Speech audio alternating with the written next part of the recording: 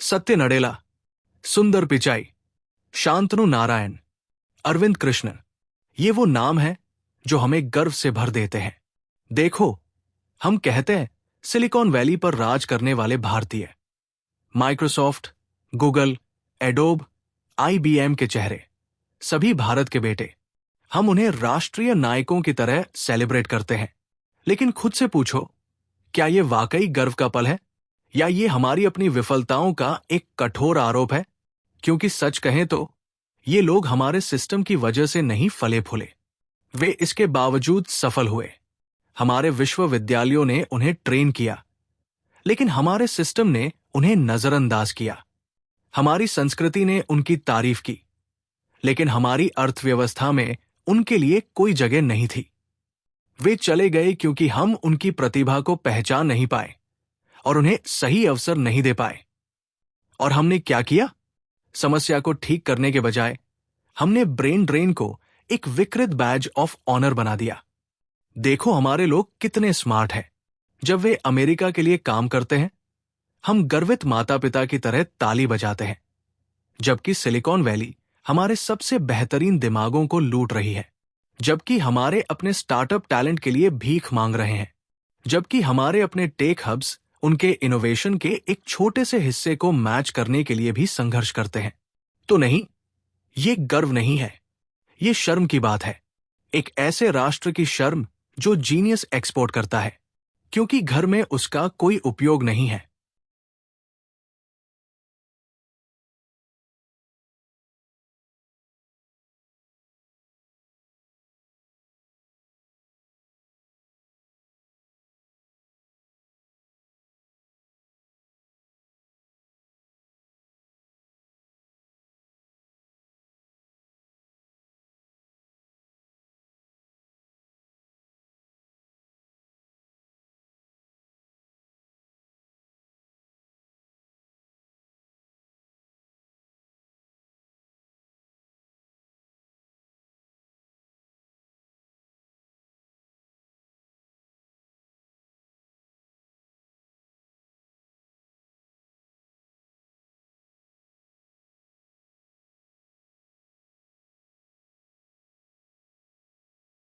पश्चिम इसे American dream के रूप में बेचता है, लेकिन हर एक सुंदर पिचाई के पीछे लाखों मोहन हैं, जो एक ऐसी व्यवस्था द्वारा कुचल दिए जाते हैं जो उनका शोषण करने के लिए बनी है।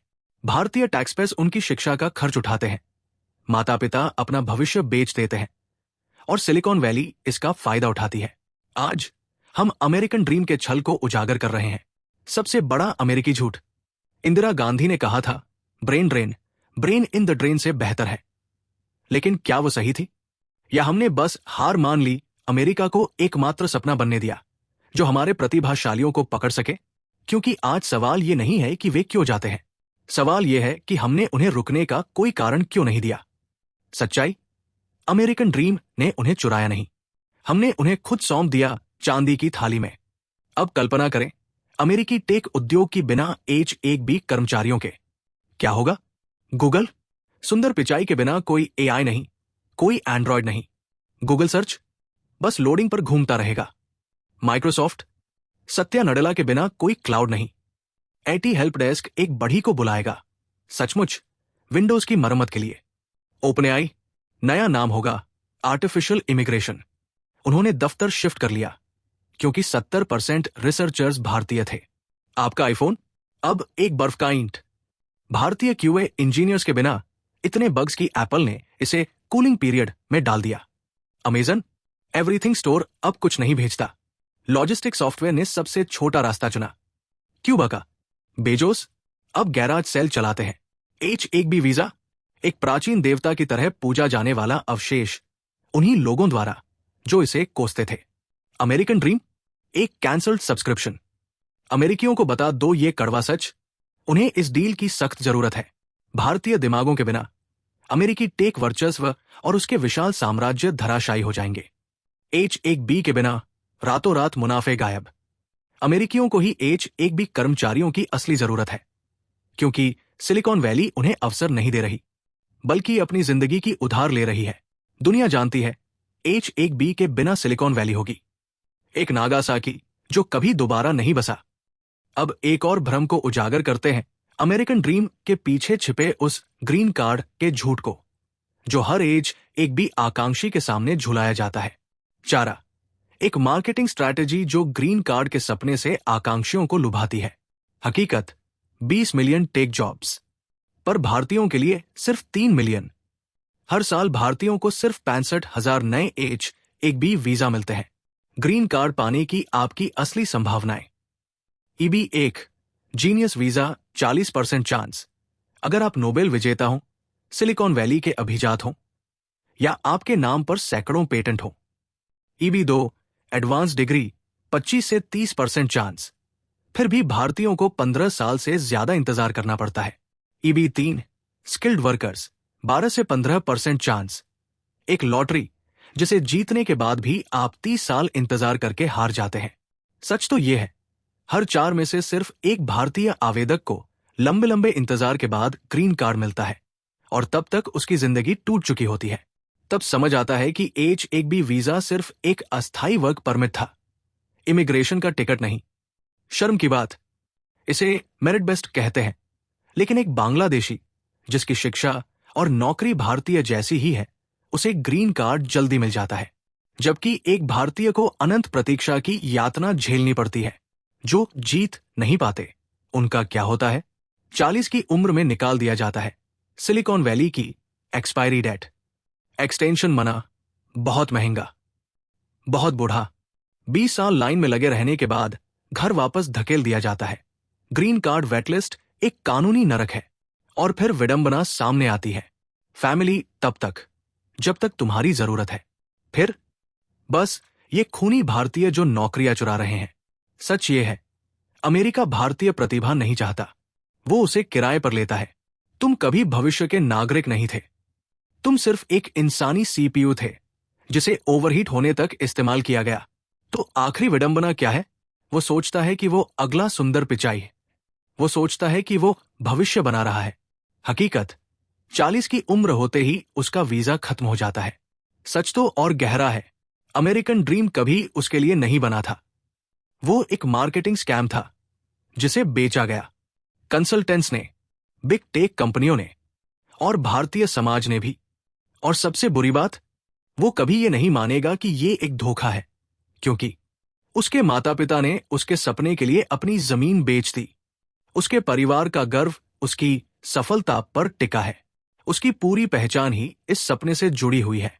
एक सपना, जब तक वो जाग नहीं जाता।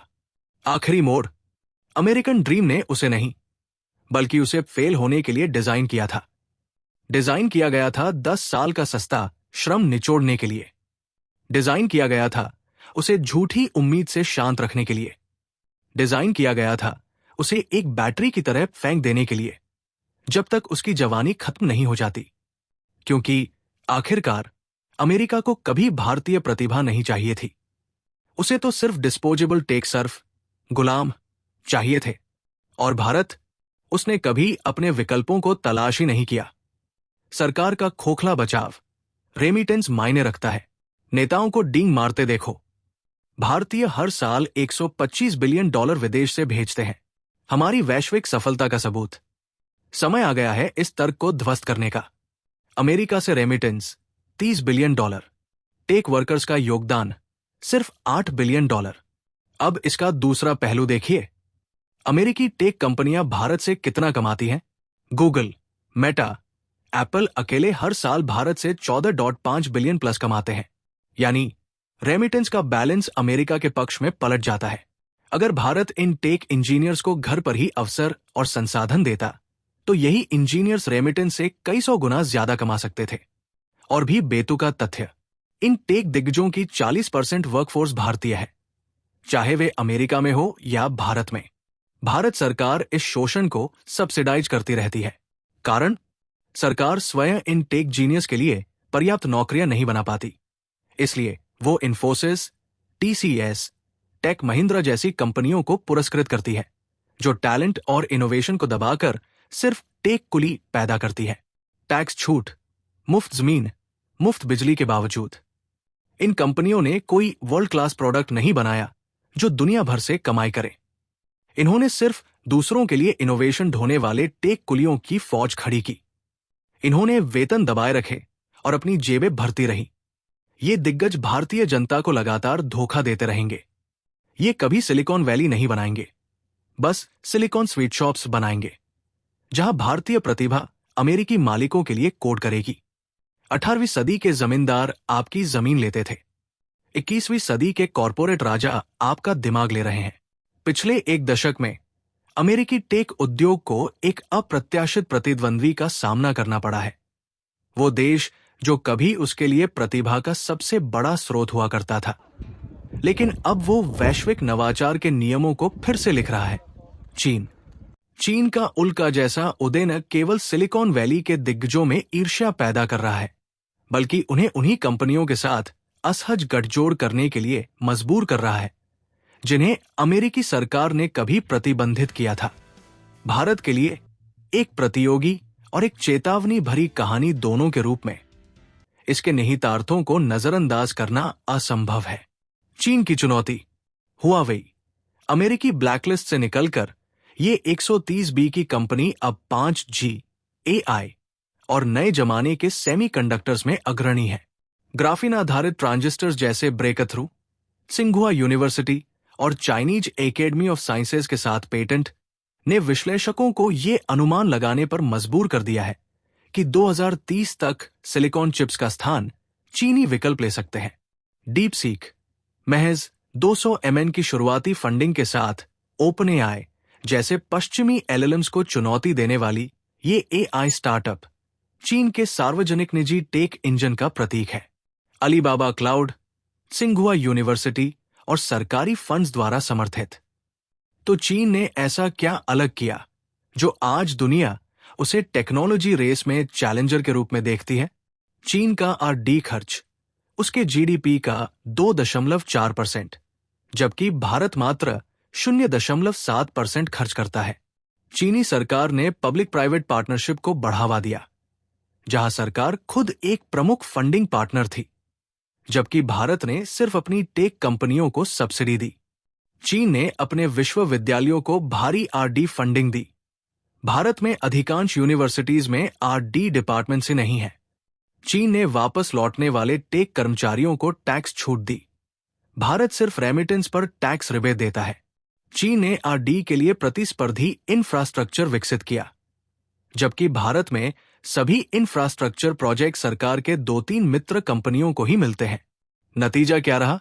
2015 से अब तक 800,000 प्लस चीनी टेक विशेषज्ञ वापस लौट चुके हैं, जबकि भारत का H-1B पाइपलाइन 2015 के 2,50,000 आवेदकों से बढ़कर 2024 में 5 लाख हो गया। ये आंखें खोल देने वाले तथ्य हैं। चीन ने प्रतिभा को वापस लाने के लिए पुल बनाए। भारत ने उसे निर्यात करने के लिए वीजा पाइपलाइन बनाई। चीन ने अपने टेक भविष्य की रक्षा के लिए फायरवॉल खड़े किए। भारत ने सिलिकॉन वैली के टैलेंट हंटर्स के लिए लाल कालीन बिछा दिया।